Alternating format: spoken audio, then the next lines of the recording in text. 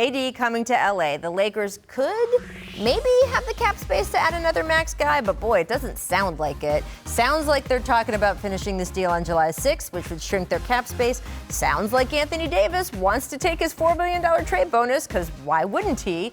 That puts them more in the $23 million range. Yeah. What do they do with that? So the Lakers were quite aware when they made this deal that this timing could be a factor here. So it's not like a surprise that this is coming up.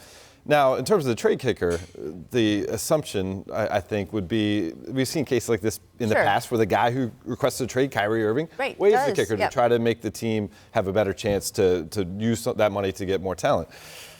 There's a difference of opinion right now. Not necessarily that the Lakers are have different people thinking different ways, but there's two ways they could go. Sure. If you can clear as much cap space as possible, you can go after the max level guy.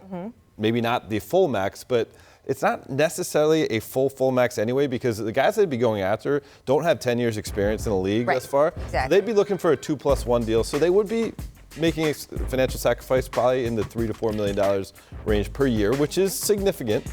But it wouldn't be in terms of giving up all that money over a 4-year window. Either you go after a guy like that, you know, whether it be Kawhi Leonard, Jimmy Butler, Kyrie Irving, Kemba Walker, or you split it up. And now going after a guy like that could give you insurance against LeBron having to miss some time or an Anthony Davis having to miss some time and still being able to get to the postseason. The opposite thinking would be split it up, because right now you have basically 3 guys who are proven on your roster in Kuzma, Anthony Davis, and LeBron, and you got to spread it out to get 7 to 8 guys who can help you on this team. Scottie's still holding the candle that Kyrie might come here.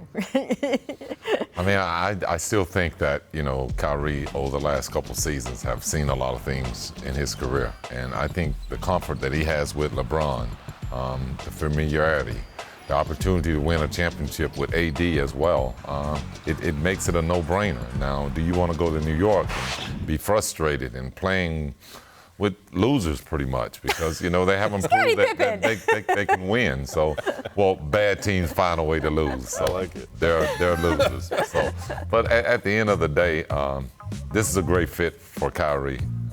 I think it's an opportunity for him to reunite with LeBron and get to the top of the NBA again.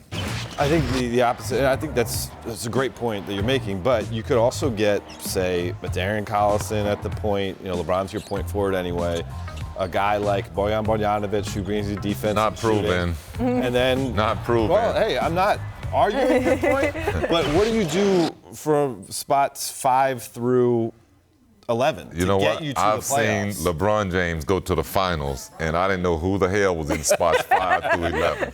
And he damn near won. That's true. That's true. So we can't forget how dominant LeBron James is by himself. Yes. And I don't think he needs a whole lot on the bench to help get over to that next level. I think Seth Curry is a great guy that when you play with a guy like LeBron, he's going to lift you up. And I think he's a great fit for any free agent.